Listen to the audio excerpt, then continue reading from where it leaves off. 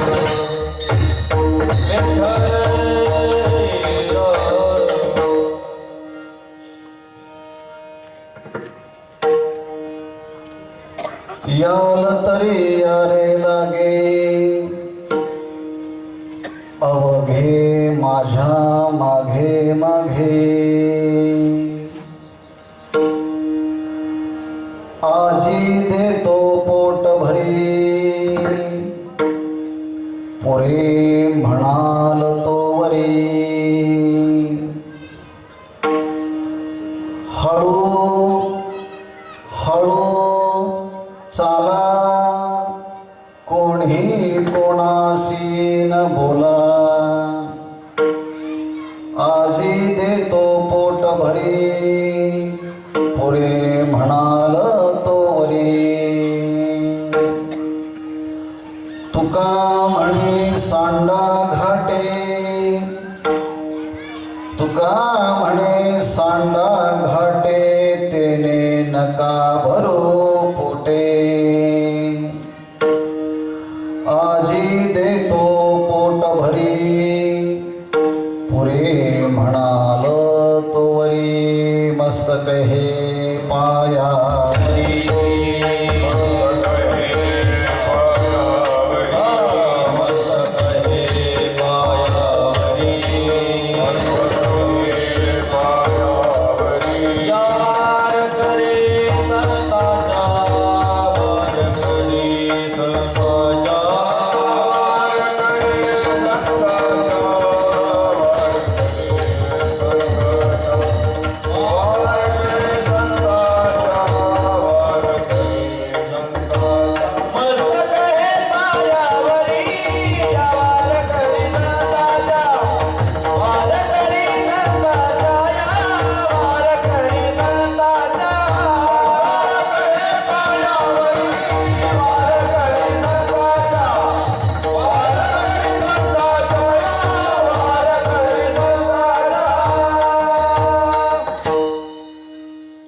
मस्तक हे पायावरी ह्या वारकरी संतांच्या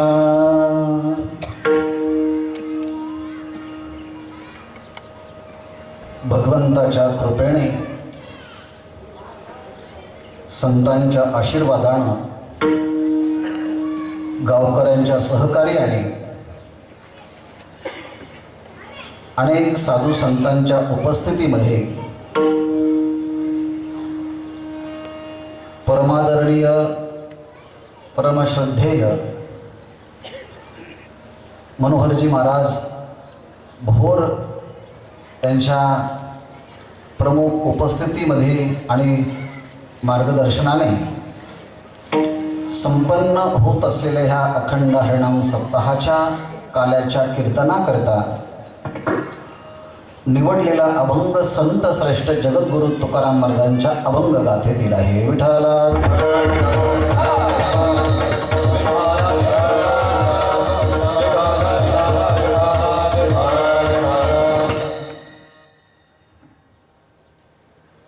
तुकाराम महाराजांच्या अभंग गाथेतील वेगवेगळे प्रकरण आहेत.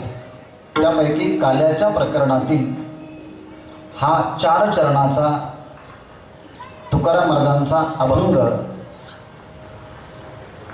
भगवान परमात्मा आणि गोपाल ह्या दोघांच्या मध्ये झालेल्या संवादाचं स्वरूप या 4 चरणाच्या अभंगामध्ये जगद्गुरु तुकाराम महाराजांनी प्रगट केलेला आहे. आणि सगळ्या मानव जातीला यातून परमार्थाची आचारसंहिता 6 तत्वाच्या माध्यमातून या अभंगातून प्रगट केलेली आहे. विठ्ठला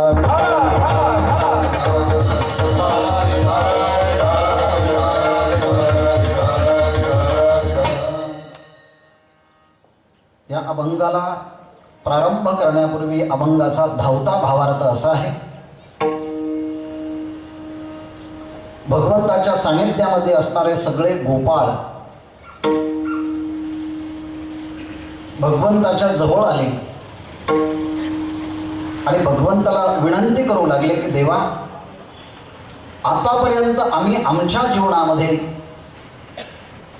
अनेक गोष्टींच्या पाठीमागे लागलो, पण त्यातून आम्हाला काही समाधान झालं नाही. तेव्हा तुमच्या पाठीमागे यावं असं आमचा मानस आहे. असं म्हटल्याबरोबर भगवंताने उत्तर दिलं ते ह्या 4 चरणाच्या अभंगातून. महाराज म्हणतात तुम्ही आतापर्यंत अनेकांच्या पाठीमागे गेला असाल, त्यातून तुम्हाला समाधान झालं नाही, म्हणून तुम्ही माझ्या पाठीमागे येण्याकरता दृढ निश्चित झाला असाल. पण माझ्या पाठीमागे जर यायचं असेल तर माझ्या नियमाप्रमाणे तुम्हाला वागावं लागेल. याकरता पहिल्याच चरणाच्या मध्ये अट घातली आणि ती अट आहे याल तरी. जर तुम्हाला यायचं असेल तर या. माझा काही आग्रह नाही तुम्ही आलेच पाहिजे, कारण तुम्ही आतापर्यंत अनेकांच्या पाठीमागे गेला आहात आणि आता तुम्ही माझ्या पाठीमागे येण्याचा फक्त संकल्प केला आहे. मग संकल्प केला असेल तर माझ्या नियमाप्रमाणे तुम्हाला वागावं लागेल. म्हणून यायचं असेल तर याल तरी, या रे लागे. यायचं असेल तर माझ्याशी तुम्हाला पहिल्यांदा संबंध प्रस्थापित करावा लागेल. तेव्हा लाग शब्दाचा अर्थ आहे संबंध. याल तरी, या रे लागे. कोण कोण येत आहे म्हटले आम्हा सगळ्यांना यायचं आहे. मग या. अवघे माझ्या मागे मागे, माझ्या पाठीमागे तुम्ही या.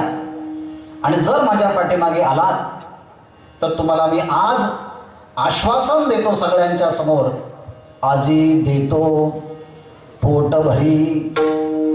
तुमचं पोट भरेल आणि तुम्ही म्हणाल आता बस, इथपर्यंत तुमच्या मनाची मनस्थिती होईल तोपर्यंत मी तुम्हाला देणार आहे. आजी देतो पोट भरी. पुरे म्हणाल तो वरी. तुम्ही आता म्हणाल बस आता आम्हाला काही नको आहे, एवढं तुम्हाला मी देणार आहे. आणि ह्याकरता माझ्या पाठीमागे येताना काही नेम सांगतो. माझ्या पाठीमागे यायचं असेल ना तर चालताना हळूहळू चालावं लागेल. हळू हळू चाला. अरे नुसतं चालत असताना एकमेकाच्या कानात कुजबुज करू नका, शांततेने या. कोणी कोणाशी न बोला. आणि असं जर केलं तर आजी देतो पोट भरी, पुरे म्हणाल तो वरी. आणि माझ्या पाठीमागे येताना तुमच्या ज्या अगोदरच्या अनंत जन्मातल्या चुकीच्या सवयी आहे ना त्या टाकून द्यावं लागेल. त्या जर टाकण्याची तयारी असेल तरच तुम्ही माझं जे म्हणणं आहे ते तुम्ही घ्याल. तुका म्हणे सांडा घाटे, ते टाकून द्या. आणि जर टाकून नाही दिलं तर तुम्ही तेच जर सेवन केलं तर त्या आसार असणाऱ्या गोष्टीपासून तुमचं पोट भरणार नाही. तेने नका भरू पोटे. आणि एवढ्या गोष्टी जर ऐकल्या तर तुम्हाला आज मी निश्चित सांगतो, आजी देतो पोट भरी, पुरे म्हणालो तोवरी विठाला.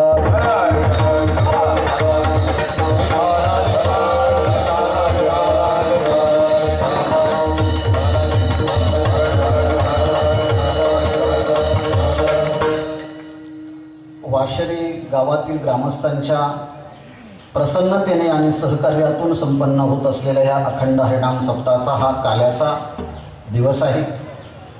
काल्याचा दिवस म्हणजे पूर्णाहुतीचा दिवस आहे. पूर्वी कर्मकांडामध्ये यज्ञ झाला की शेवटचं स्नान करायचं असतं आणि प्रसाद घ्यायचा असतो. त्याला श्रीमद भगवद्गीतेच्या अर्थात ज्ञानेश्वरीच्या 9व्या अध्यायामध्ये अवभृत स्नान म्हटलं आहे.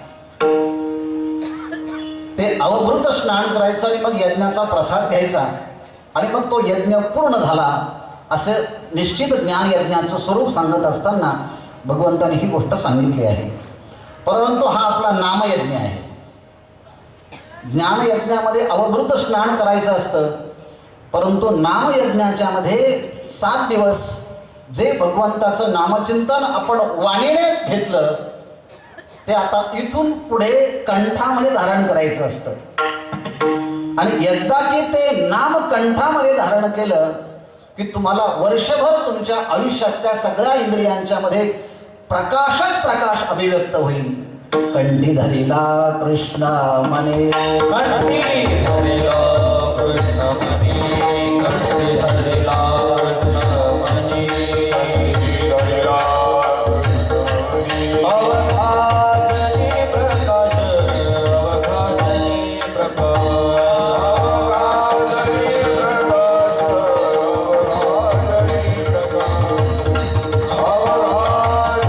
प्रकाश.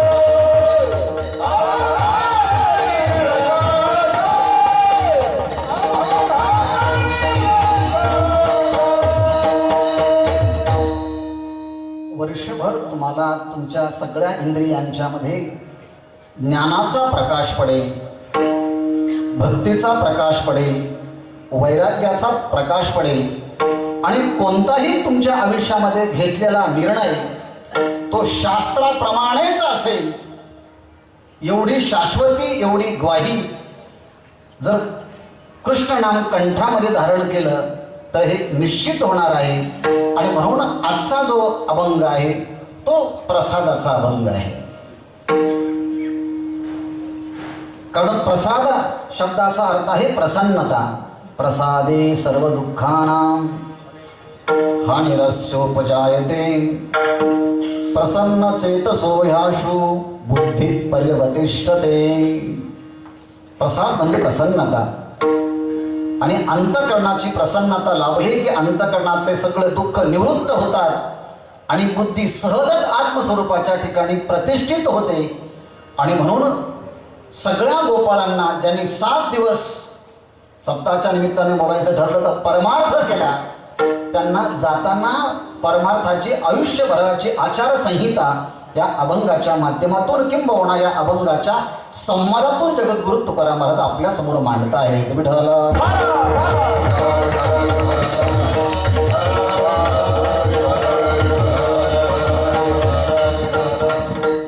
जगद्गुरु तुकाराम महाराजांच्या अभंगामध्ये, गाथेमध्ये जेवढे अभंग आहेत ते सगळे अभंग संवादात्मक अभंग आहे. कधी कधी तुकाराम महाराजांनी बोलताना आपल्या मनाशी संवाद केला आहे, कधी आपल्या बुद्धीशी संवाद केला आहे, कधी कधी तुकाराम महाराजांनी आपल्या पंच ज्ञानेंद्रिय आणि पंच कर्मेंद्रिय या इंद्रियांशी संवाद केला आहे. कधी तुकाराम महाराजांनी जे आपल्या समोर लोक बसले आहेत त्यांच्याशी संवाद केला आहे, त्यांना हात जोडलेले आहेत. तुम्ही नामचिंतन करा, तुम्हाला मी विनंती करत आहे, तुमच्या पायाला मी स्पर्श करत आहे, तुम्ही परमार्थाला लागा. मी तुमच्या घरी देव घेऊन आलेलो आहे, तुम्ही तो देव स्वीकारा. अशा लोकांच्या करता विनंती केलेली आहे. काही साधकांच्या करता विनंती केली आहे, तुम्ही आता साधक आहात ना, तुम्ही आता देहाच्या विषयी उदास राहा, खाण्यापिण्यावरती आता संयमन ठेवा, निर्वाहापुरतच खात राहा. अर्थात हा साधकांच्या करता केलेला संवाद आहे, कधी नामधारकांच्या करता केलेला संवाद आहे.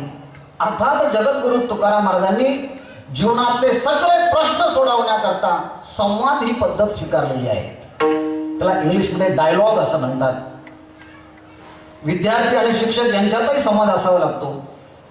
तुकाराम महाराजांनी आपली पत्नी संतश्रेष्ठ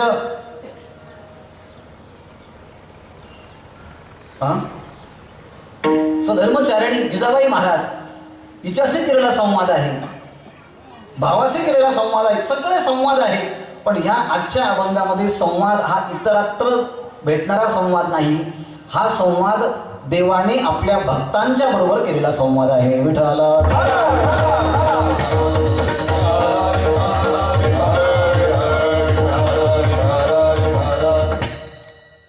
ज्याच्या जीवनामध्ये संवाद कमी असतो त्याच्या जीवनात वाद जास्त असतात. वाद समाप्त करायचे असेल आपल्या मनातील, वाद समाप्त करायचे असेल आपल्या कुटुंबातील, वाद समाप्त करायचे असेल आपल्या समाजातील, वाद समाप्तच करायचे असेल तर त्यांच्याबरोबर संवाद करणं अत्यंत आवश्यक आहे. आणि संवाद होत नसेल तर सगळ्यांना एकत्रित बसून त्यांच्याशी संवाद करावा. एक तर वाद मिटवायचा असेल तर संवाद करायचा, संवाद जमत नसेल तर परिसंवाद करायचा आणि या परिसंवादाच्या माध्यमातून सगळ्या जीवनातल्या शंकाचं निरसन करायचं. त्यापैकी आजचा अभंग जो आहे तो गोपाळांच्या बरोबर भगवंताने केलेला हाच संवाद आहे. आणि तो संवाद म्हणजे सगळ्या पारमार्थिक माणसांना जीवनाची आचारसंहिता सांगणार आहे. विठ्ठल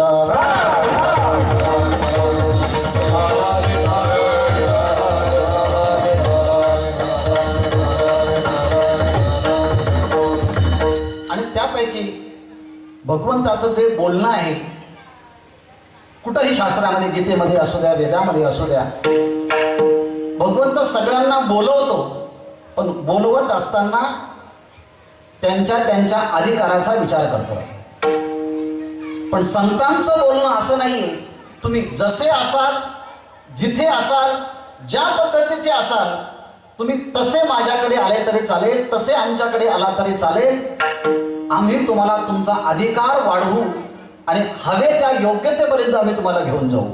याकरता सगळ्यांना बोलवताना म्हणतात या या या या. मग तुम्ही लहान असा किंवा मोठे असा याचा आम्ही कोणी विचार करत नाही. या रे लहान थोर, याते भलते नारी नर. अर्थात सगळ्यांना बोलवतात. आळंदीला जायचं असेल तरी देखील म्हणतात चला आळंदीला जाऊ, ज्ञानेश्वर डोळा पाहू. अर्थात जिथे कुठे लोकांना बोलवायचं असेल ना, विदाऊट एनी कंडिशन, कोणतेही आठ न घालवता तुम्ही आमच्याकडे या, आम्ही तुम्हाला हवे तसं बनवू. जसा अधिकार असेल तसं आम्ही तुम्हाला सांगू. पण भगवंताचं बोलणं तसं नाही आहे. भगवंताचं बोलणं नेहमी बोलत असताना तुम्हाला माझ्याकडे यायचं असेल ना, यो यथा माम प्रपद्यन्ते तांस तथैव भजाम्यहम्. जशी तुमची भावना असेल, जसा तुमचा विचार असेल, तसं आम्ही तुम्हाला बनवू. इथे देखील काय आहे, यथा तथा असं म्हटलेलं आहे. म्हणून नेहमी बोलत असताना जर शब्द असेल तर शब्द आपल्याला शोधावा लागतो. जसं की 9व्या अध्यायामध्ये आता जर बोलायचं ठरलं तरी आता अवधान एकले दिजे, मग सर्व सुखासी पात्र होईजे, हे प्रतिज्ञ उत्तर माझे उघडा ऐका. तिथे सुद्धा जरी अवधान एकले दिजे, तिथे जर असं म्हटलं आहे ना, तर शब्द शोधण्याकरता आपल्याला 14व्या अध्यायातील शेवटचा श्लोक वाचावा लागतो. आणि 14व्या अध्यायातील शेवटचा श्लोक वाचल्यानंतर तिथे जर आहे आणि तर हा 9व्या अध्यायामध्ये आहे. असा जर आणि तर यांचा नित्य संबंध असतो. तसं भगवंतांनी इथे बोलत असताना तुम्हाला माझ्या पाठीमागे यायचं असेल तर कसं यावं, अभंगाच्या पहिल्या चरणी.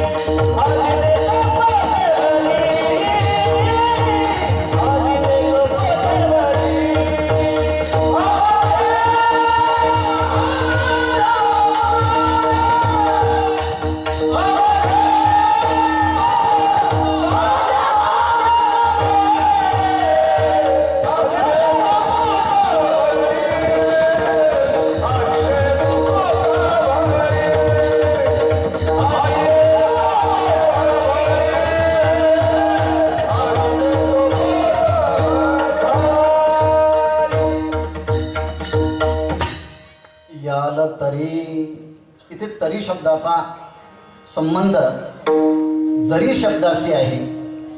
आणि जर हा शब्द अध्यारोत आहे, तो दिसत नाही.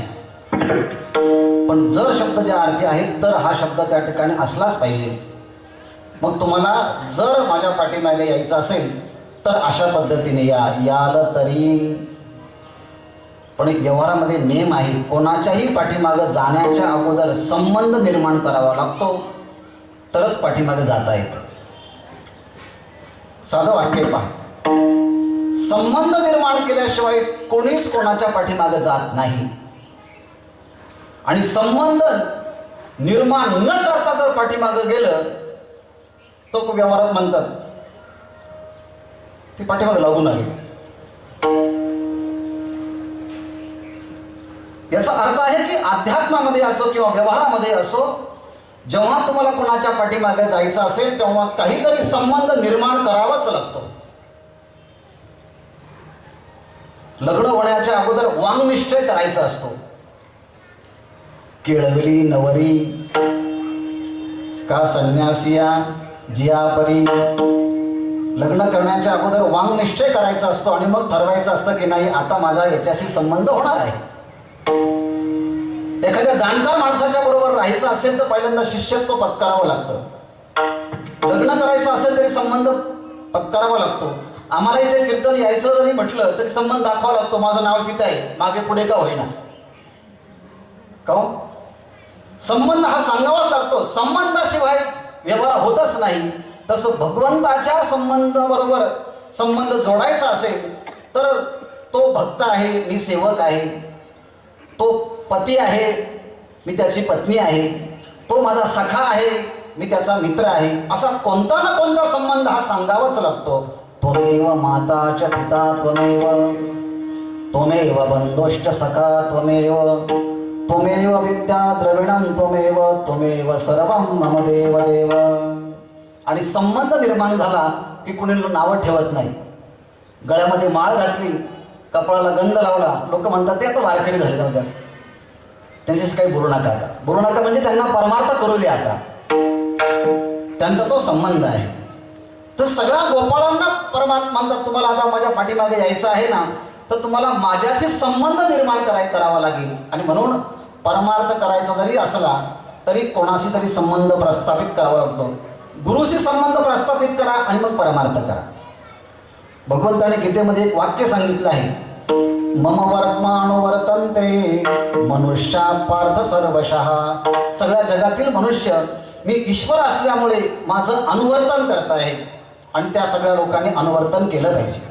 त्याचप्रमाणे जर कोणी माझं ऐकणार नाही, न श्रोष्यसी विनंशसी, जर माझं कोणी ऐकणार नसाल तर तुमचा नाश होईल असा भगवंताने अभिशाप दिला आहे. तसं या पहिल्या चरणामध्ये जर तुम्हाला यायचं असेल तर माझ्या पाठीमागे लागून या. लागून या म्हणजे तुमचा परमार्थ सुरुवात करायचा असेल तर तो परमार्थ भगवंताला मान्य पाहिजे, तो परमार्थ गुरुला मान्य पाहिजे, तो परमार्थ शास्त्राला मान्य पाहिजे, तो परमार्थ वेदाला मान्य पाहिजे. नाहीतर सुरू केला म्हणून सुरू केला असं नाही आहे. कोणतंही परमार्थाची साधना ही देव मान्य, संत मान्य, वेद मान्य, शास्त्र मान्य असायला पाहिजे. आणि मग जर वाटचाल सुरुवात जर केली मग न पडे गुंता कोठे काही, याप्रमाणे भगवंत म्हणतात जर मला माझ्या पाठीमागे यायचं असेल ना तर माझ्याबरोबर संबंध प्रस्थापित करा. स्वतःला तुम्ही भक्त म्हणा. कृष्ण माझी माता, कृष्ण माझा पिता, बहीण बंधू चुलता, कृष्ण माझा. नाटाच्या पहिल्याच अभंगामध्ये तुकाराम महाराज देवाजवळ गेले आणि सांगितलं, देवा मी जगाचे सगळे संबंध तोडून टाकले आणि आजपासून तूच आई, तूच बाप, तूच सखा, सगळं काही तूच आहे. विठ्ठल माय बाप चुलता, विठ्ठल भगिनी आणि भ्राता, विठ्ठले विन चाड नाही गोता, तुका म्हणे आता नाही दुसरे. आता मला ह्या जगामध्ये दुसरं कोणीही नाही.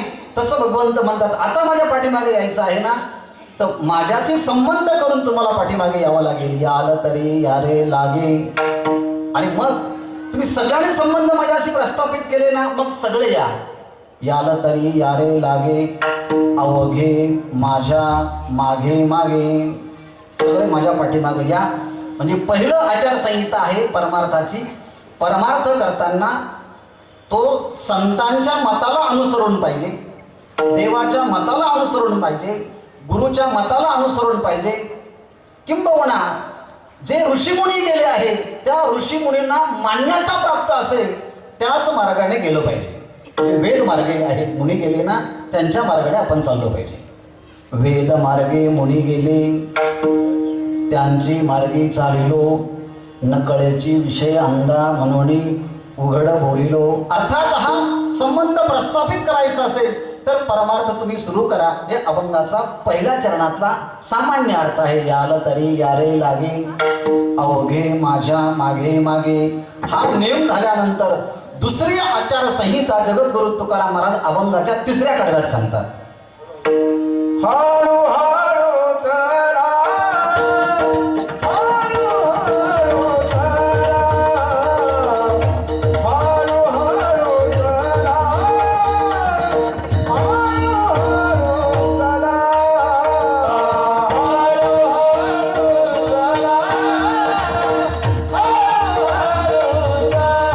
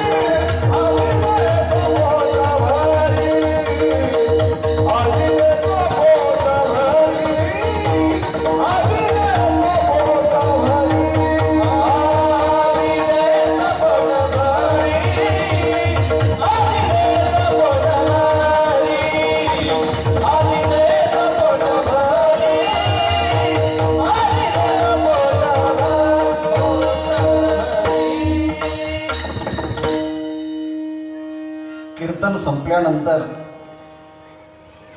आम्हा सगळ्यांना तुम्ही विसरून गेला तरी चालेल, पण कीर्तन ज्या अभंगावरती झालं आहे त्या अभंगाला पकडून ठेवा. आणि त्यात रवी महाराजांनी चांगला आवाज दिला आहे. पोयगावची रवी आहेत.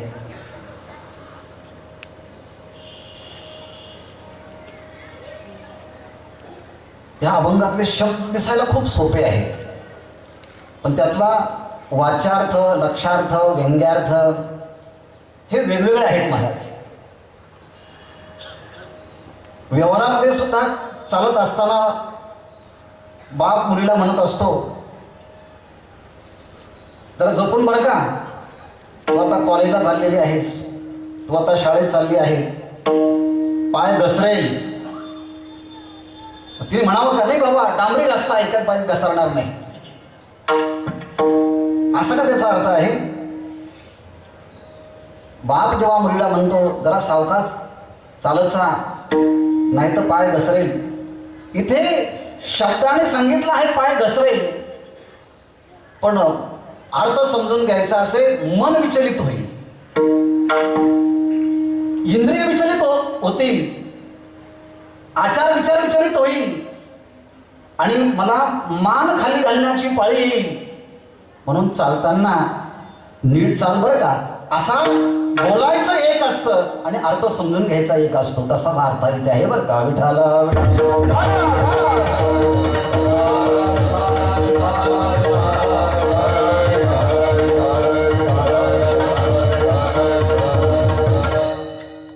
हळूहळू चालायचं म्हणजे काय, एवढं आम्हाला काही कळत नाही का? तुकाराम महाराजांनी आम्हाला सांगावं आणि आम्ही हळूहळू चालावं, एवढा का या अभंगाचा चरणाचा अर्थ सामान्य आहे? जोपर्यंत आपलं जीवन सामान्य असतं, जोपर्यंत आपण सामान्य असतो, तोपर्यंत अभंगाचा अर्थ सुद्धा आपल्याला सामान्यच वाटतो. पण जसजसं आपण परमार्थ करायला लागू, परमार्थाची उंची वाढेल, तसतसा हा अभंग किती उंच आहे. हिमालयाची यात्रा करताना ज्यांनी पायी यात्रा केली आहे त्यांना समजेल, एक डोंगर चढून गेलं की पुढचा डोंगर त्यापेक्षा मोठा असतो, पुढचा डोंगर चढून गेलो की तो त्याच्याही पेक्षा मोठा असतो. असं करत करत गंगोत्री, यमुनोत्री, बद्रीनाथ, केदारनाथाच्या पर्यंत गेलो तरी सुद्धा पुढे डोंगर असतातच. तसं ह्या अभंगाच्या मध्ये एका एका शब्दाच्या मध्ये, एका एका पदाच्या मध्ये एवढे अर्थ आहे, एवढे अर्थ आहे की सगळ्या आकाशाला देखील आपल्या पोटात सामावून घेईल एवढं सामर्थ्य या अक्षरांचं आहे. आणि जर लहान जर पाहायचं ठरलं तर अणुपेक्षाही छोट्या दिसतील. पण तुकाराम महाराजांची भूमिका कशी आहे, तुमच्या अधिकारानुसार छोट्यातला छोटा पण अर्थ आहे आणि मोठ्यातला मोठाही अर्थ आहे. अनो रेणूया थोकडा तुका आकाशा एवढा. म्हणून मोठ्या माणसाचा अर्थ समजून घेताना खूप जपून समजून घ्यावा लागतो. त्याप्रमाणे महाराज असं म्हणतात, तुम्ही परमार्थात आला ना, जर शेवटपर्यंत परमार्थ टिकावा असं वाटत असेल ना, तर एक काम करा, हळू हळू चला. काही ठिकाणी चाला असं आहे, काही ठिकाणी चला आहे, पण मुख्य आहे चाला. हळू हळू चाला. इथे शब्द वाच्यार्थ असा आहे, चालताना हळूहळू चाला. पण अर्थ लक्षात घेताना गती हा अर्थ नाही.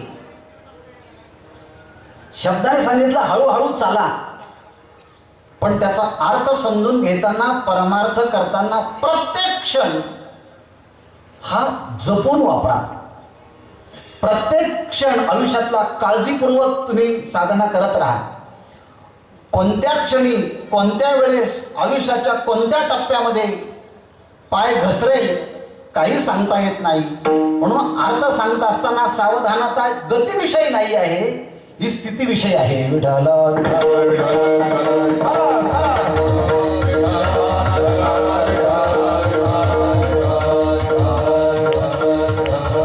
आणि सगळ्यात मोठे जे धोके आहेत ना, तर पहिला धोका हा समाजापासून असतो. चिरंजीवी पद एकनाथ महाराजांचं ते 42 ओव्यांचं आहे. त्यामुळे तिथे आपण जर पाहिलं तर समाज आपली किती परीक्षा घेतो हे आपला पदोपदी कळतं आहे. ते पाया पडतात, गळ्यामध्ये हार घालतात, हा त्यांचा बाह्य श्रद्धेचा भाग झाला आहे. पण सुरुवातीला या व्यवहारातला सामान्य मनुष्य देखील अध्यात्मातली प्रत्येक क्षणाला परीक्षा पाहतो. हा चालतो कोणाबरोबर, हा राहतो कोणाबरोबर, याची संगती कोणाबरोबरची आहे, याचा आचार विचार कोणाच्या बरोबरचा आहे. आणि जरी बोलायला लागला तर लोक म्हणतात बोलतो चांगला असं म्हटल्याबरोबर पुढचा आणखी प्रश्नचिन्ह आहे, बोलतो चांगला. आणि म्हणून हळूहळू चाला असं म्हणताना अनेक क्षणाच्या ठिकाणी संकट येणार आहे. आणि आध्यात्मिक माणसाला पहिले संकट त्याचं कुटुंबातून असतात. पहिले संकट, एखाद्याला मुलगा परमार्थाला लागला की लोक कौतुक करतात, पण घरातले माणसं कौतुक नाही करत. आता हा नक्कीच गेला ना तर वाया जाईल बरं का. जेव्हा आम्ही आळंदीला गेलो तेव्हा घरच्या लोकांनी विरोधच केला ना. बस झालं, संपलं का शिक्षण, या घरी. आणि घरी आले की मग सांगतात, बघा तो तुमच्याच वयाचा ना, त्याचं लग्न झालं, तो तुझ्याच वयाचा ना, त्याला 2 मुलं झाली. असं सांगत एवढे संस्काराने प्रभावित करतात. आणि म्हणून तू सुद्धा आता इथे गुह्यत होमशास्त्र. पहिली अडचण ही कुटुंबात येते.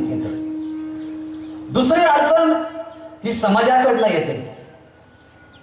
परमार्थ जर नाही करत असला आणि सप्ताह झाल्यानंतर माळ घातली का माळ, आता आम्हाला वाटलं घालणारच होता. खरं म्हणजे कौतुक करायला पाहिजे ना, पण असं लोक बोलून जर काढली त्यांनी, आम्हाला वाटलंच होतं तो काढणारच आहे. म्हणजे घातली तिकडनं सुद्धा लोकांची परीक्षा आणि काढली तिकडनं सुद्धा लोकांची परीक्षा. मग लोक कधी चांगलं म्हणतील. तुकाराम महाराज म्हणतात, जसे होकारी आल्यानंतर ती तोंडामध्ये धरण्याचा प्रयत्न केला, ते आतमध्ये गिळता पण येत नाही आणि समाजामध्ये असल्यामुळे टाकता पण येत नाही. ओक जैसा लोक धरिता धरवेना, पतित पावना देवराया, हे काही करता येत नाही. मग काय करा, ते जोनिया जन भक्ती करा, तेजोनिया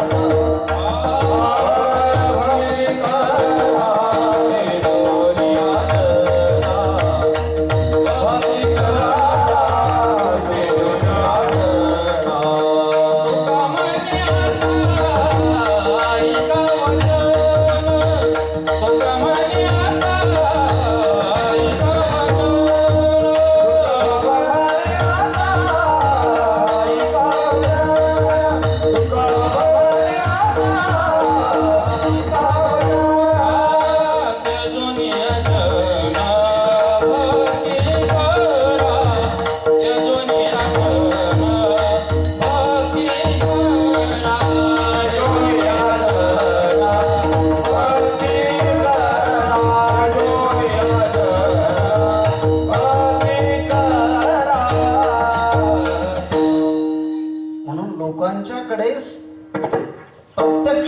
परीक्षा द्यावी लागते बरं का आध्यात्मिक माणसाला शेवटच्या क्षणापर्यंत.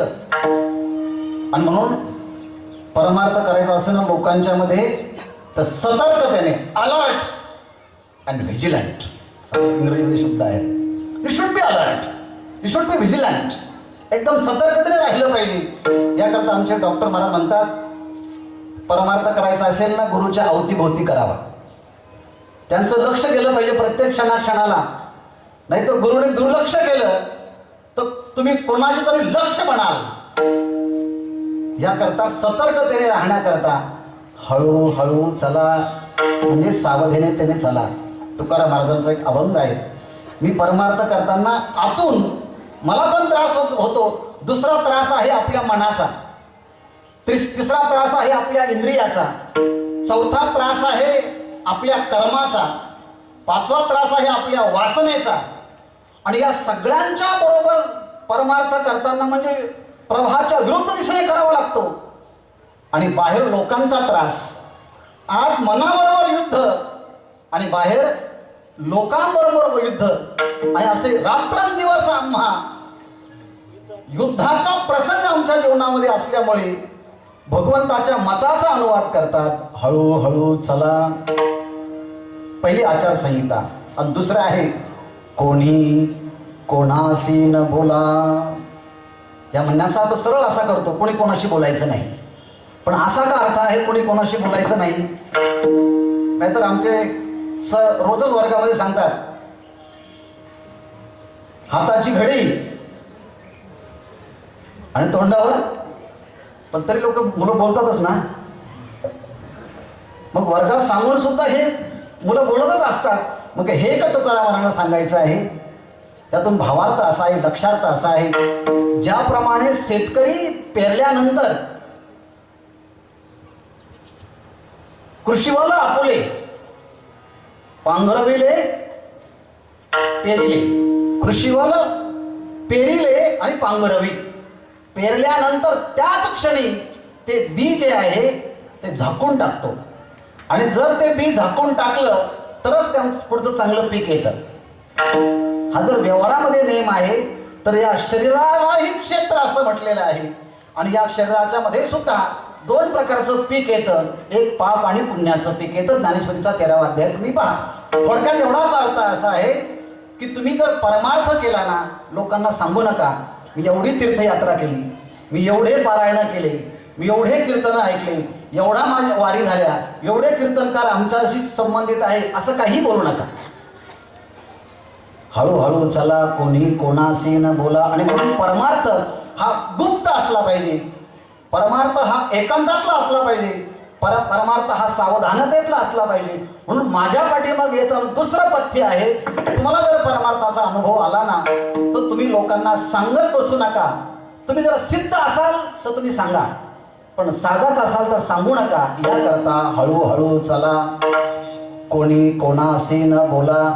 तुम्ही कोणाशी बोलू नका. हा एक प्रकार म्हणजे तुम्ही परमार्थ सांगत बसू नका.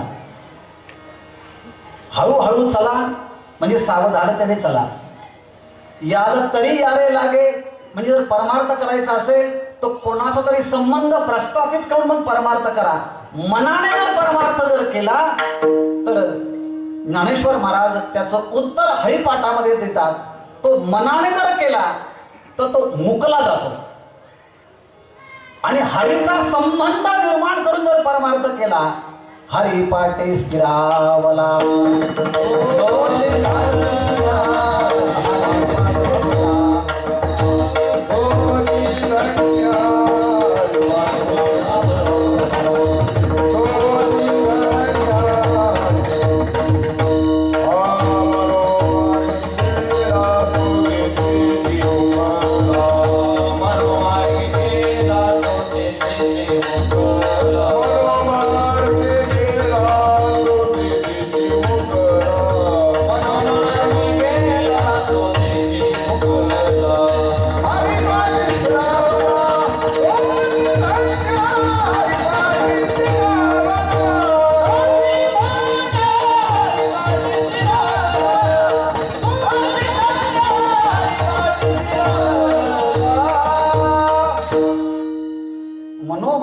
केला म्हणजे कोणाचं आलंबन केलं नाही. आणि हरिपाठी स्थिरावला म्हणजे हरीचा संबंध निर्माण केला आणि मग हरीच्या पाठामध्ये नामामध्ये तो आता स्थिरावला आहे. ही सकारात्मक गोष्ट सांगितली. आणि अभंगाच्या शेवटच्या कडव्यामध्ये तुकाराम महाराजांनी एका अर्थाने नकारात्मक आणि एका अर्थाने सकारात्मक भूमिका सांगितली ती शेवटच्या कडव्यामध्ये. तुका म्हणे सांडा घाटे तुका म्हणे सांडा घाटे तुका म्हणे सांडा घाटे तुका म्हणे सांडा घाटे नका भरू पोटे नका भरू पोटे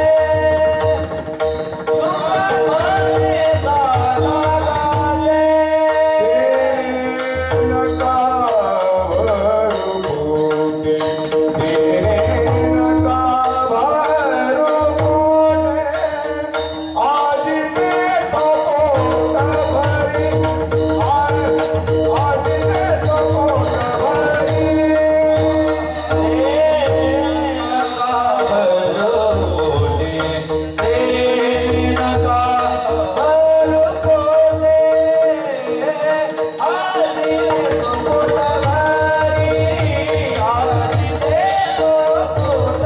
भरू पोटे नका भरू पोटे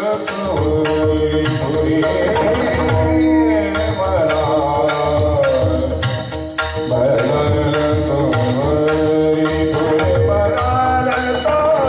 भरी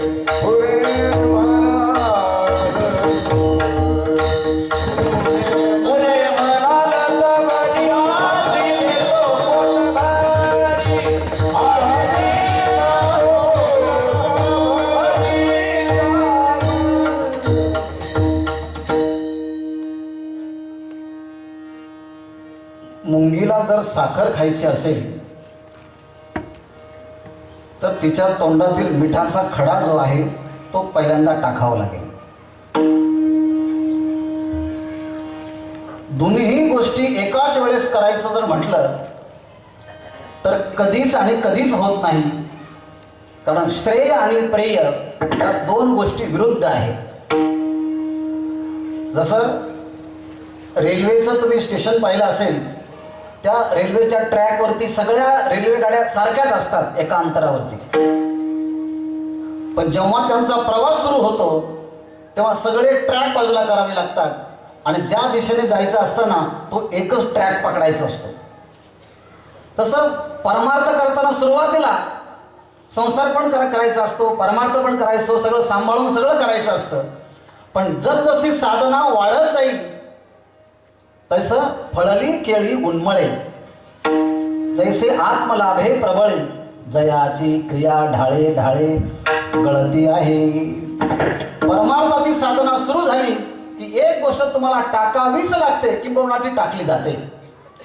याकरता जर तुम्हाला माझ्या पाठीमागे यायचं असेल तर तुम्हाला एक गोष्ट जी तुमच्या नित्याच्या अनुभवाची आहे ती टाकावी लागेल. तुका म्हणे सांडा घाटे. मी आलेल्या महाराजांना विचारला, महाराज या अभंगाचा घाटे शब्दाचा अर्थ काय आहे? त्याने आम्ही बरी 10-15 मिनिटं चर्चा केली. वेगवेगळे अर्थ निष्पन्न झाले. त्यापैकी 1-2 अर्थ सांगतो आणि मुख्य अर्थ अगोदर सांगतो. घाट असं म्हटलं की जिथे चढायचं असतो त्यालाही घाट असं म्हणतात. आणि जेव्हा तुमच्या इकडे पावसाळ्यामध्ये खूप पाऊस चालू असतो, लाईट नसते, घरात पीठ नसतं, पण भूक लागलेली असते, तेव्हा खायचं असतं, तेव्हा पाणी, त्या पाण्यामध्ये तुम्ही मग बाजरी टाका, गहू टाका, ज्वारी टाका, ते शिजवून जे केलं जातं खाण्यासाठी त्यालाही काय म्हणतात? घाटच म्हणतात ना. भरून घाटा होतं. काही ठिकाणी तसं टाकून पण घाटा करतात आमच्या. ते कळव बरं जे काय असेल. आणि घाटा म्हणजे घट पण होतो. खूप बिझनेस आला, लोक म्हणतात ना चांगला व्यवसाय केला, पण सगळा घाटाच आहे. डाळिंब एवढे लावले सगळे उपटून टाकले. म्हटलं का? घाटा आला ना. त्यातून जो लाभ व्हायला पाहिजे तो झाला नाही. त्याचा घाटा शब्दाचा अर्थ होतो आसार. घाटा शब्दाचा अर्थ होतो त्याज्य. घाटा शब्दाचा अर्थ होतो ज्यामध्ये भेसळ आहे असा. घाटा शब्दाचा अर्थ आहे सदोष. असे वेगवेगळे अर्थ होतात. आणि म्हणून जीवन जगत असताना तुम्ही शब्द, स्पर्श, रूप, रस, गंध यावरती सगळं लोक जीवन जगतात. पण कोण समाधानी आहेत? शब्दाने कोणी समाधानी नाही, रसाने कोणी नाही, गंधाने नाही. पंच विषयाच्या पाठीमागे सगळेच लोक पळतात, पण समाधानी कोणीच नाही. अर्थात हा आसार भाग आहे, हा त्रिगुणात्मक भाग आहे, हा मायावी भाग आहे. तो तुम्हाला सगळं टाकावं लागेल. तुका म्हणे सांडा घाटे, आणि त्याने तुमचं पोट भरणार नाही. तेने नका भरू पोटे. तुमचं पोट भरायचं असेल ना तर मी जे सांगतो त्यानेच पोट भरणार आहे. मग त्या साधकांनी विचारलं, तुमच्या पाठीमागे आल्यानंतर आमचं पोट नक्की भरणार आहे का? दुसऱ्या कडव्यामध्ये आश्वासन देतो, आधी देत पोट भरी, आधी देत पोट भरी, आधी देत पोट भरी, आधी देत पोट भरी, आधी देत पोट भरी, आधी देत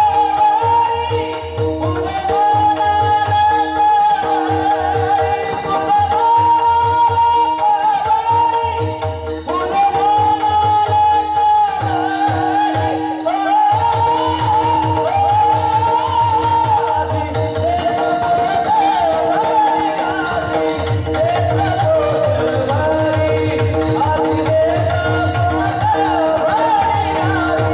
भरी,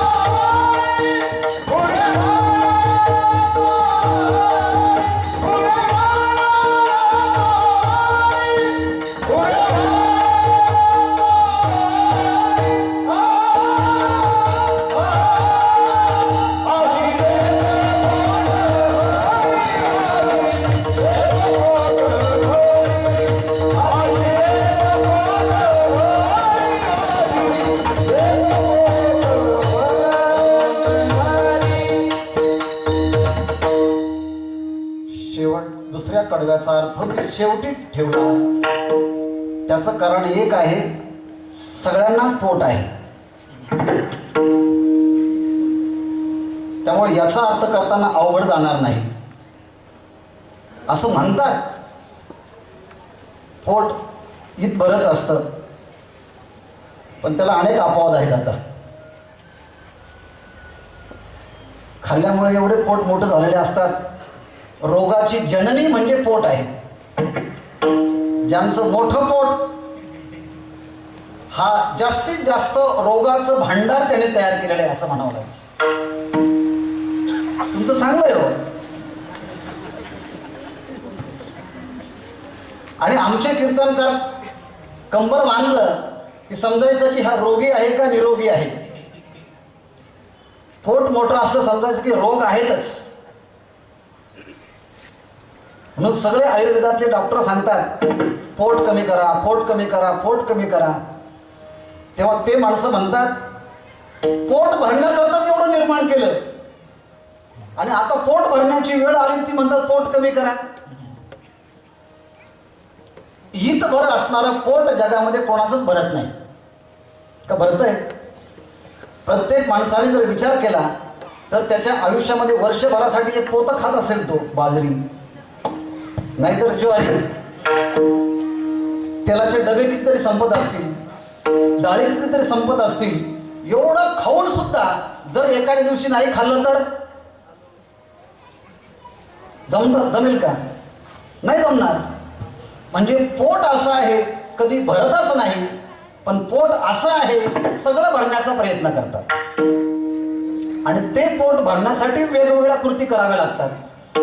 लोक सांगतात करावं लागतं, हो पोट आहे ना, पोटासाठी करावं लागतं. म्हणजे कोण काय करील, कोण काय करील काही सांगता येत नाही, पण पोट कधी भरत नाही. त्याचा अर्थ आहे ज्याने पोट भरायचं आहे ना तेच अपूर्ण असतं. आणि पोटही अपूर्ण आहे म्हणून अन्नधान्याने कधीच पोट भरत नाही, कारण ते संपणारं असतं. आणि म्हणून ह्या जगामध्ये जर पोट भरायचं असेल तर जो अगोदर पूर्ण आहे तोच पोट भरू शकतो. नाही तर सगळे सरकार सुद्धा नोकरांची पोट भरताच ना, पुढे पोट भरतं. 5वं आयोग, 6वा आयोग, 7वा आयोग शाळेमध्ये आहेत ना, सगळीकडेच आहे. म्हणजे त्यांनी पोट भरत नाही.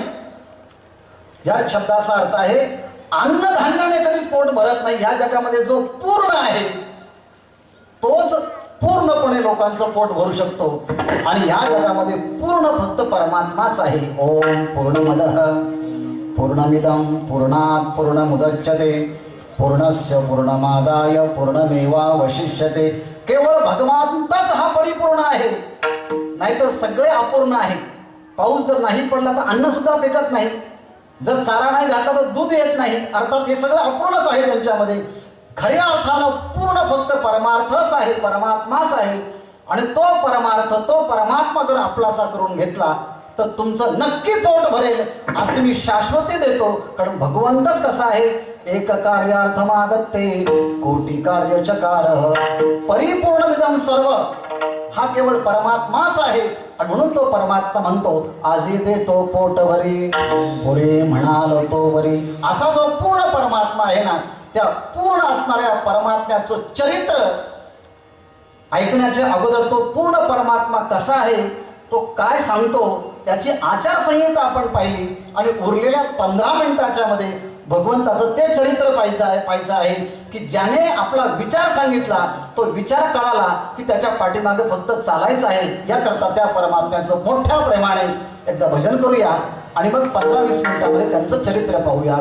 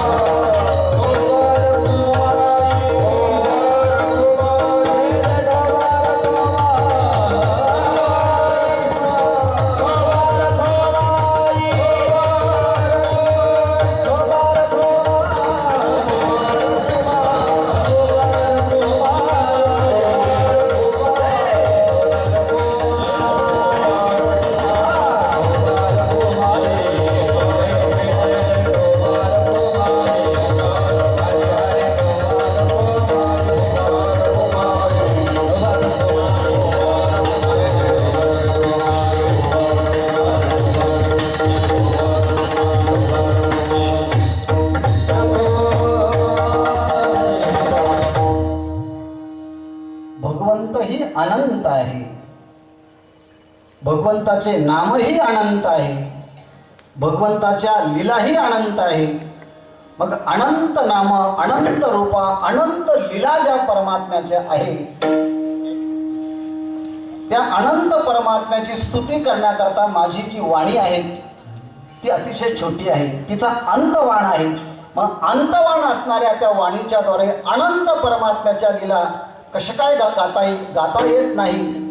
परंतु घ्यावी माझी सेवा दीन दुर्बळाची देवा. या न्यायाप्रमाणे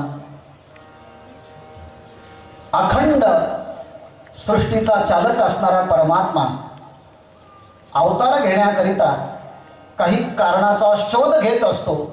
आणि त्या शोधापैकी गीतेमध्ये म्हटल्याप्रमाणे जेव्हा समाजाच्या अंतर्मनामध्ये एक अधर्माची वाढ होते. धर्म हा फक्त नावापुरता राहतो. तेव्हा भगवंत म्हणतात, सज्जनांच्या संरक्षणाकरता, दुष्टांच्या निर्दारणाकरता आणि धर्माच्या संस्थापनेकरता मी माझ्या दैवी मायेचा स्वीकार करून युगायुगामध्ये जन्म घेत असतो. संभवामी युगे युगे. आणि असा परमात्मा जन्म घेण्याकरता सारखी वाट पाहत असतो, पण त्या परमात्म्याला आई आणि वडील भेटत नाही लवकर. कारण जे उत्तम साधना करणारे जीव असतात त्यांना जन्माला येण्याकरता योग्य आई वडिलांची खूप वाट पाहावी लागते. सुचिनाम श्रीमतांगे योगभ्रष्टो धिजायते. आणि इथे तर संपूर्ण सृष्टीचा मालक असणारा परमात्मा आपल्या योग्य आई वडिलांची वाट पाहत होते की कोण योग्य आहे. परंतु ज्यांनी खूप दिवस तपश्चर्या केली आहे, साधना केलेली आहे, असे वसुदेव आणि देवकी. देवा, आम्ही तपश्चर्या केल्यानंतर तू आमच्या पोटी जन्माला यावं अशी आमची इच्छा आहे. तुझ्यासारखा मुलगा आम्हाला हवा आहे. परमात्मा म्हणतात, माझ्यासारखा कुणी नाही, मीच माझ्यासारखा असल्यामुळे मी तुमच्या पोटी जन्माला येतो. आणि सगळ्यांना आपण माहिती आहे, वसुदेव देवकीला कंसाने आपल्या कारागृहामध्ये ठेवलं होतं. 6 मुलांचा अंत त्याने केलेला होता. बलराम दादा हा संकर्षण करून तो गोकुळामध्ये आधीच त्या ठिकाणी गेले होते. आणि भगवंताचा जेव्हा अवतार झाला तेव्हा वसुदेव देवकीच्या हातापायामध्ये असणारे जे काही बंधनं आहे ते बंधनं आपोआप गळाले. कारण परमात्म्याचा अवतार झाल्यानंतर बंधनं राहतच नाही. मग कारागृहामध्ये असणाऱ्या भगवान श्रीकृष्णांच्या आईवडिलांचा जे बंधन होते, जन्म होता बरोबर सगळे बंधनं निघून गेले. आणि परमात्मा लगेच बोलायला लागले. सांगितलं आपल्या पिताश्रींना, मला इथे ठेवू नका, मला ताबडतोब गोकुळामध्ये घेऊन चला. नंदाच्या घराला, नंदाच्या घराला मजली गोकुळ.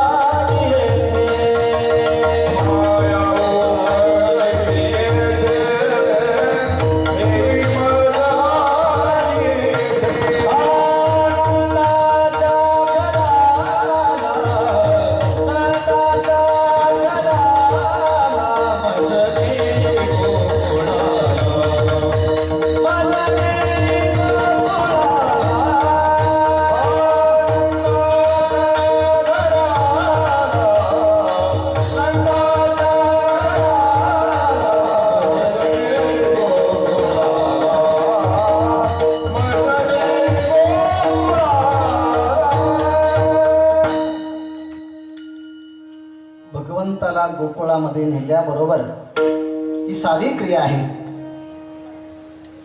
भगवंताने सांगितलं की मला गोकुळामध्ये घेऊन चला. या म्हणण्याचा अर्थ भगवंताने देखील आपलं अवतार कार्य करताना जिथे अनुकूल वातावरण असेल ना तिथे परमार्थ करायला जावं. नाहीतर प्रतिकूल परिस्थितीमध्ये असताना परमार्थ जर केला तर बाभळीच्या काट्यामध्ये गुलाबाचं फुल सापडावं तसं होतं. करता येत नाही, सगळा प्रतिकूल परिस्थिती असते. म्हणून भगवंताला वाटलं मला परमार्थ करायचंय ना, माझे सगळे भक्त आधीच गोकुळामध्ये कोणी सुनेच्या रूपानं, कोणी सासवाच्या रूपानं, कोणी लेकीच्या रूपानं कर्मकांड, उपासनाकांड आणि ज्ञानकांड हे तिन्ही कांड भक्तांच्या रूपानं गोकुळामध्ये जन्माला आलेले आहेत. आणि त्यांच्या बरोबर मला आता परमार्थ करायचा आहे. कोणी सुना, कोणी लेकी, कोणी लेकी स्वतंत्र. अर्थात ह्या वेदातल्या श्रुतीच त्यामध्ये सुना लेकी खूण बनलेल्या होत्या आणि गोकुळामध्ये परमात्म्याचा अवतार झाल्याबरोबर आतापर्यंत गोकुळामध्ये जी चिंता होती, ती चिंता भगवंताचं आगमन होता बरोबर ती चिंता गोकुळाच्या बाहेर पळून गेली. चिंता ती पळाली गोकुळा बाहेरी. चिंता गोकुळातून निघून गेली आहे. याचा अर्थ काय होतो? परमात्म्याचा आत्मसाक्षात्कार झाला की माणसाला कोणतीच चिंता राहत नाही. योगक्षेमम वहाम्यहम. सगळ्या चिंता त्याच्या दूर होतात. आणि दुसरं आहे, भगवंताचा अवतार होण्याच्या अगोदरच घराघरामध्ये प्रत्यक्ष लक्ष्मी येऊन त्या ठिकाणी वास करू लागली. घरोघरी झाला लक्ष्मीचा वास. आता त्या ठिकाणी चिंता नाही, दारिद्र्य नाही, कोणतीही गोष्ट नाही. अर्थात गोकुळातील चिंता निघून गेली आणि घराघरामध्ये लक्ष्मीचा वास झाला. कारण जिथे महात्मे साधू संत येत असताना तिथे अनर्थ कमी होत असतात. विठाला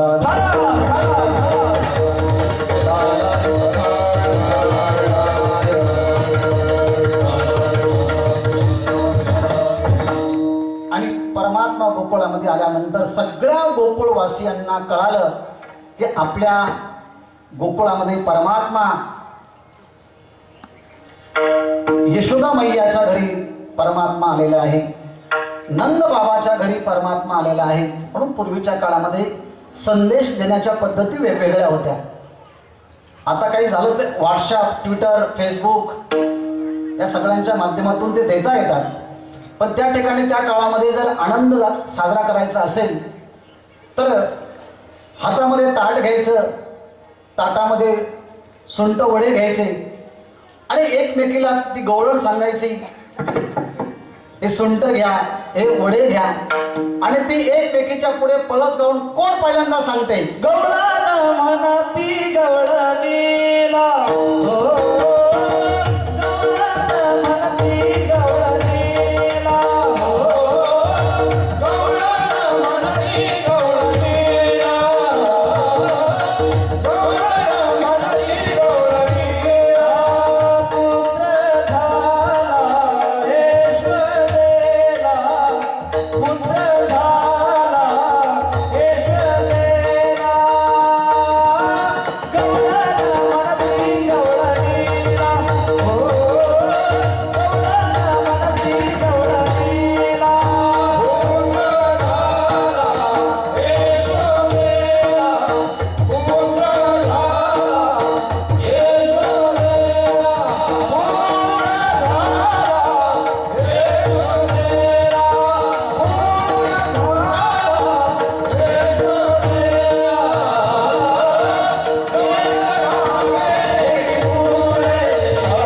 पुत्र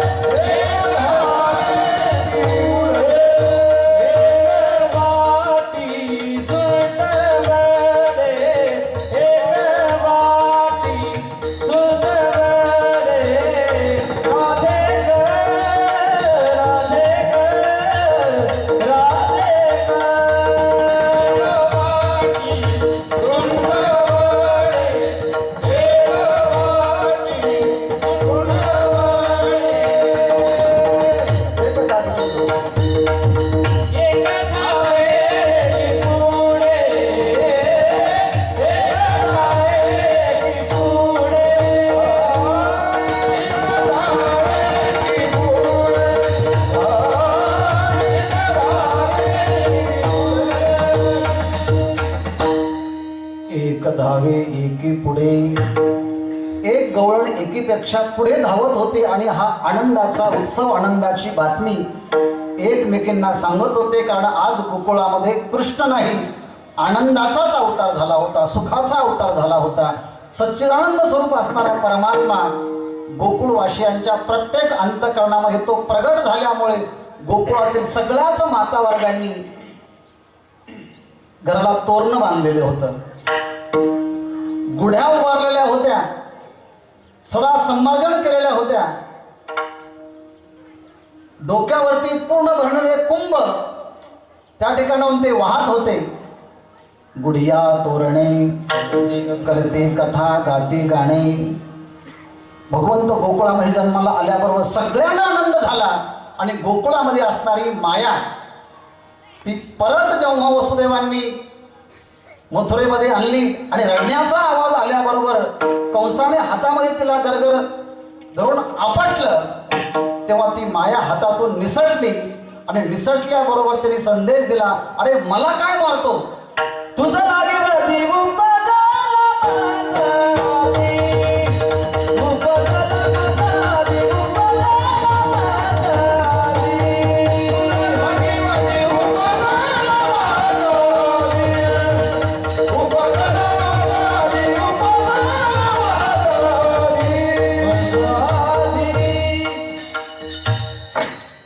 या लीलेचा अर्थ काय आहे?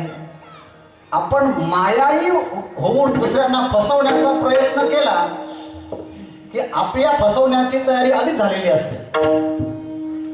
आणि व्यवहारात किती बुद्धिवान असो त्या मनुष्य, लोक म्हणतात हा अतिशय हुशार आहे. हुशार नाही, आमचे वैद्य महाराज म्हणायचे हा चॅप्टर आहे. कारण हुशारी आणि लबाडी या दोन्ही बरोबरच असतात. अति हुशार माणसं अति लबाड असतात व्यवहारामध्ये. कारण लबाडी करण्याकरता सामान्य माणसाला बुद्धी लागत नाही, खूप हुशार असावं लागतं. तो कोणला कधी काय केव्हा काय सांगितलं आहे हे सगळं माहिती असावं लागतं.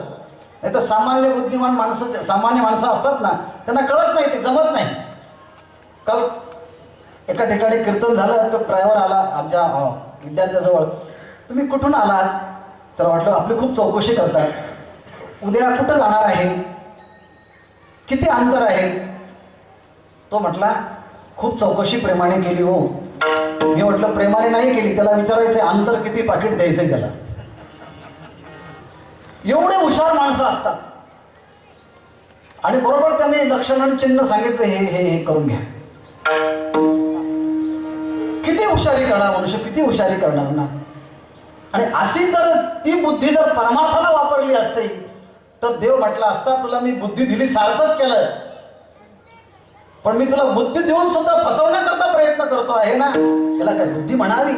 म्हणून मायावी माणसाने दुसऱ्याला किती फसवण्याचा प्रयत्न केला ना, तर आपल्याकरता खड्डा आधीच खोदलेला असतो. विठ्ठला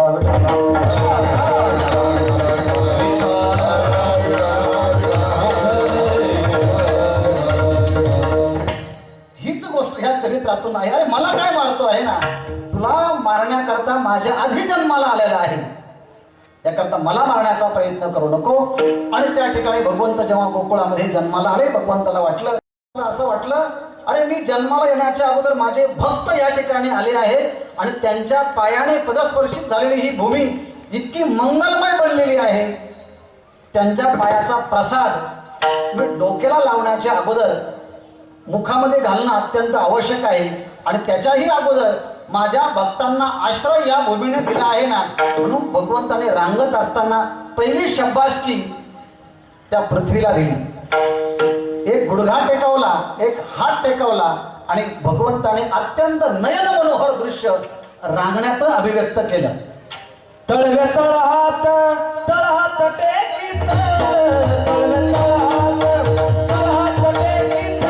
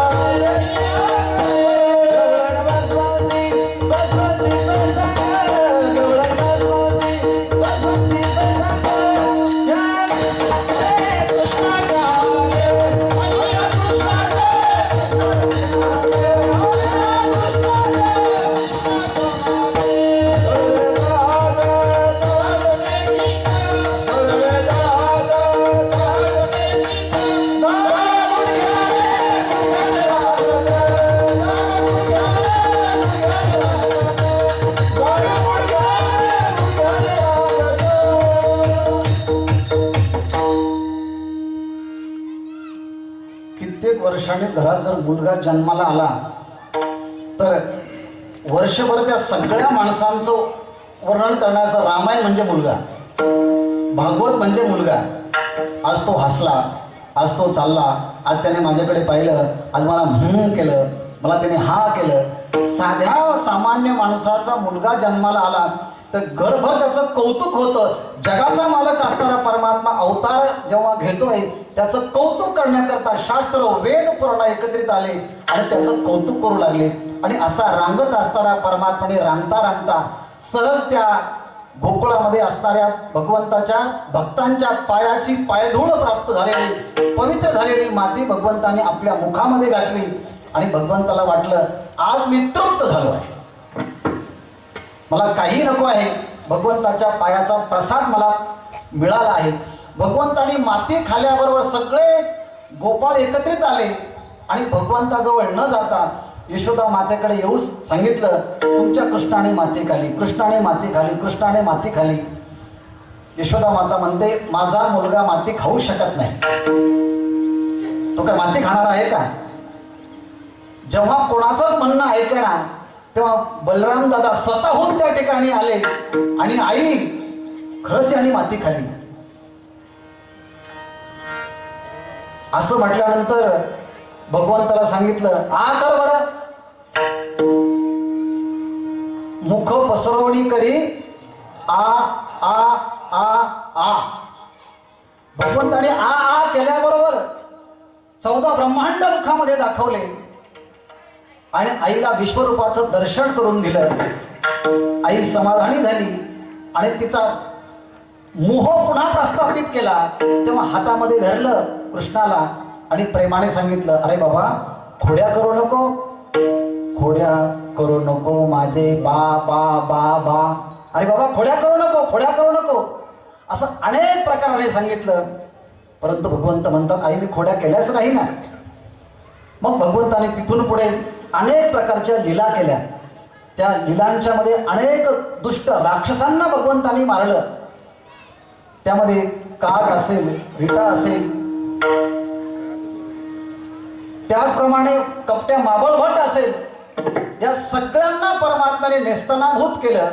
तेव्हा आई म्हणायला लागली आता बाबा तू या गोकुळामध्ये राहून अनेक प्रकारच्या खोड्या करतो आहेस. तेव्हा गोकुळातल्या सगळ्या गवळणी एकत्रित आल्या आणि यशोदेला सांगायला लागल्या की सकाळी उठलं आम्ही आणि पाहतो तो काय घरच्या सगळ्या ज्या विरजणी होत्या त्या उलट्या करून ठेवल्या होत्या. पहाती गवळणी तवती पालथी दुधाणी, म्हणते नंदाचिया पोरे आजी चोरी केली खरे. तेव्हा यशोदा माता म्हणते या परमात्म्याने एवढ्या खोड्या केल्या आहे ना, तू आता इथे राहूच नको.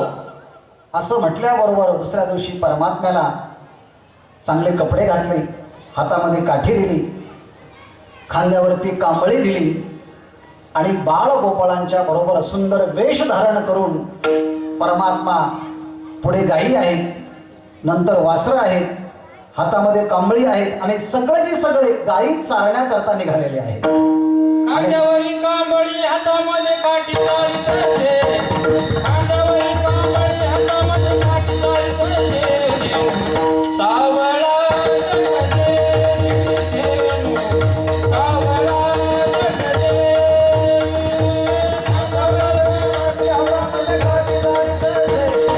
खांद्यावरी कांबळी हातामध्ये काठी चालित असे, सावळा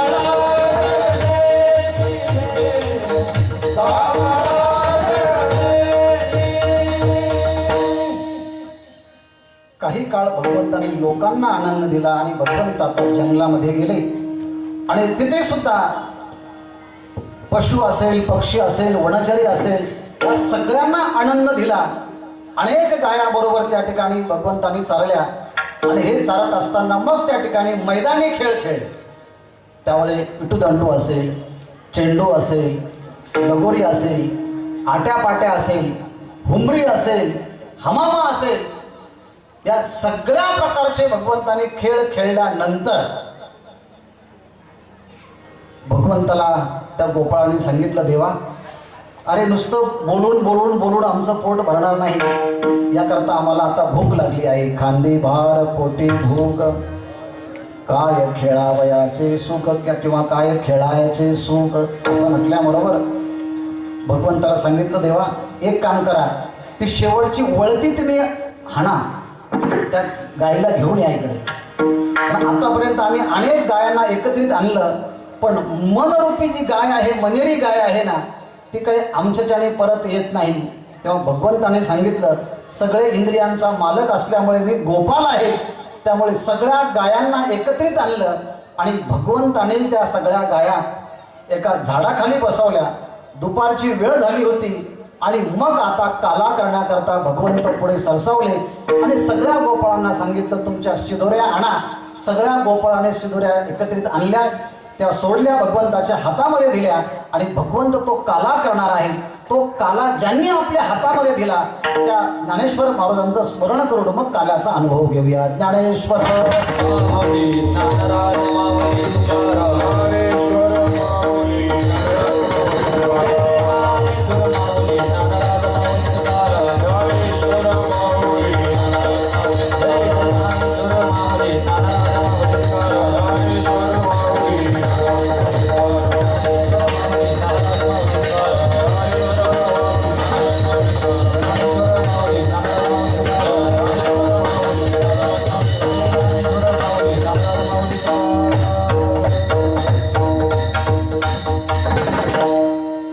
भगवंताने जेव्हा काला केला, तो काला 2-3 प्रकारचा आहे. शरीराच्या करता, मनाच्या करता, बुद्धीच्या करता.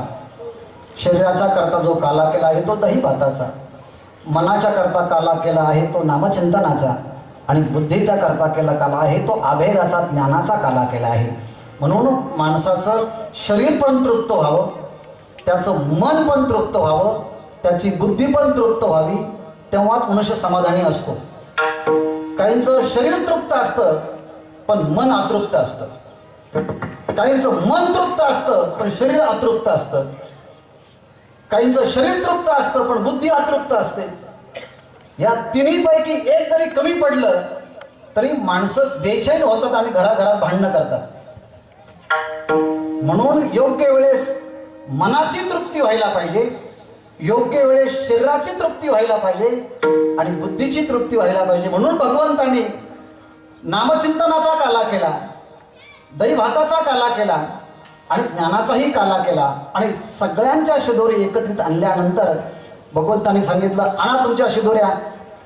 याचा अर्थ आहे भगवंताने सगळ्यांचे प्रारब्ध एकत्रित केले आणि सांगितलं, जोपर्यंत माझा संबंध येत नव्हता तोपर्यंत तुम्हाला प्रारब्ध क्रियामान संचित होतं.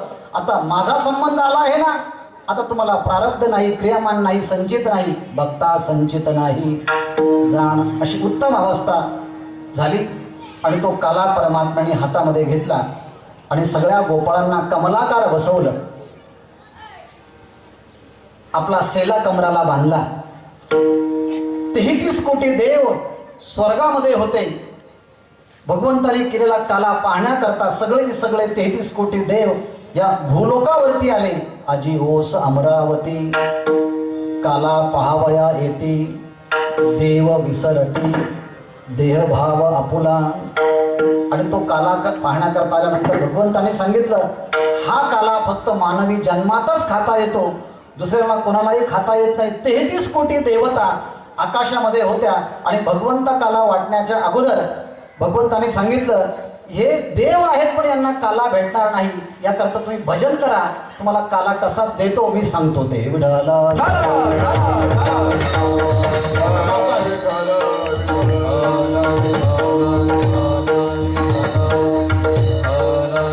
सगळ्या पुरुषांनी हात वरती करायचे आहे आणि टाळ्या वाजवायच्या आहेत. चालू द्या.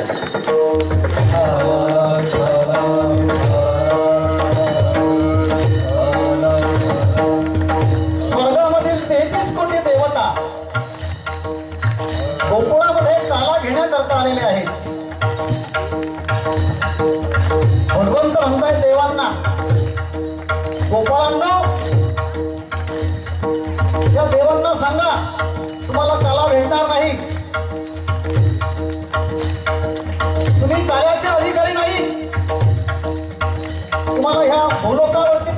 खायचं असेल ना तर भगवंताचे सेवक व्हावं लागेल, भक्त व्हावं लागेल, तरच तुम्हाला काला खाता येईल. देव जरी झाला यू हॅव नो एंट्री, तुम्हाला ह्या काल्यामध्ये प्रवेश नाहीये.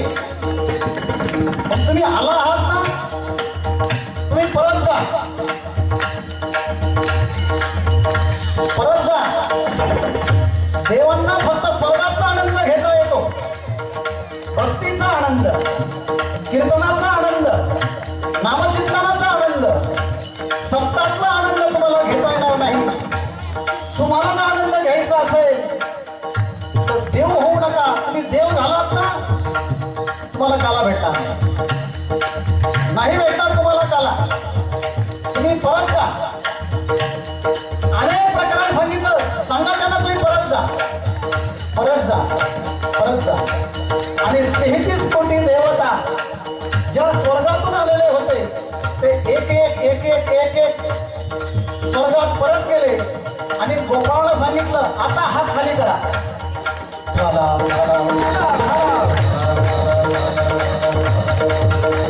कुंडलिक वरदा हरी भगवान श्री ज्ञानदेव पंढरीनाथ भगवान गोपाल कृष्ण भगवान ज्ञानेश्वर महाराज की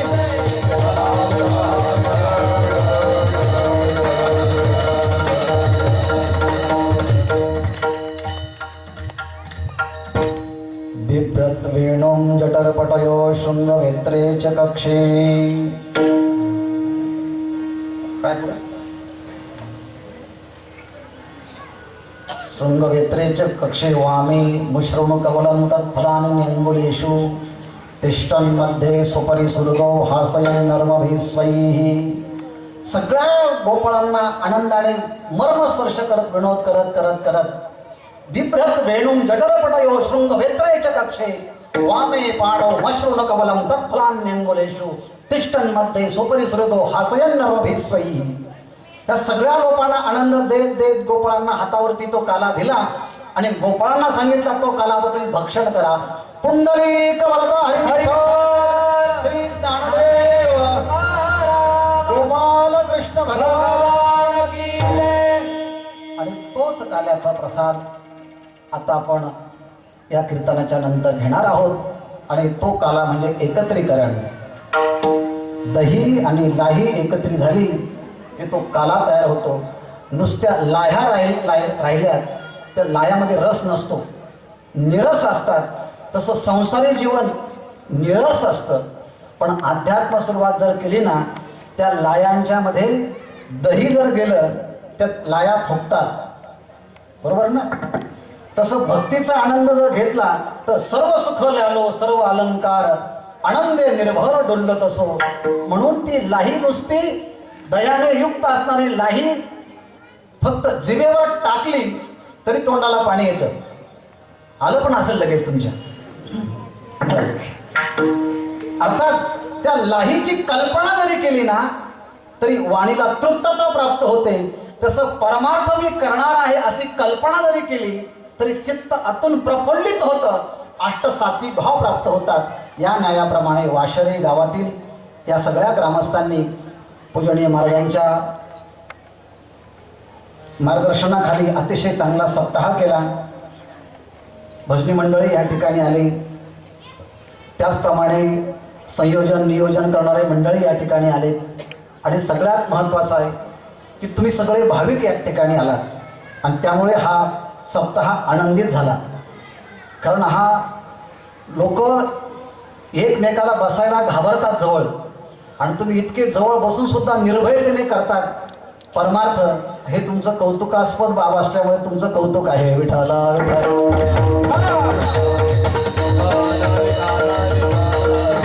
तुम्हा सर्वांच्या करता एकच प्रार्थना आहे. सर्वेत्र सुखिनः सन्तु, सर्वे सन्तु निरामया, सर्वे भद्राणि पश्यन्तु, मा कश्चित् दुःख भाग भवेत्, सर्वेत्र सुखिनः सन्तु. सगळ्या घरांच्या मध्ये सर्व आनंदाने राहो. सर्वेत्र सुखिनः सन्तु, सर्वे सन्तु निरामया. आणि कोणालाही कोणाच्याही घरामध्ये कोरोना न येऊ सर्वे संतो निरामया, आरोग्य संपन्न राहो. सर्वे भद्राणी पश्यंतु, आणि पुढच्या वर्षी सप्ताह पाहण्याकरता सगळे चांगल्या डोळ्याने जिवंत राहो. मा कश्चित दुःख भाग भवे, आणि कधीही कोणालाही कोणत्याही प्रकारचं दुःख येऊ नये असं माऊलींच्या चरणी, तुकोबरायांच्या चरणी, विठ्ठल परमात्म्याच्या चरणी आणि तुमच्या अंतःकरणामध्ये वास करणाऱ्या आत्मरामाच्या चरणी प्रार्थना करून माझ्या सेवेला ह्या ठिकाणी विराम देत आहे. तत्पूर्वी कंठीधरीला कृष्ण म्हणे. कंठी धरिला कृष्ण म्हणे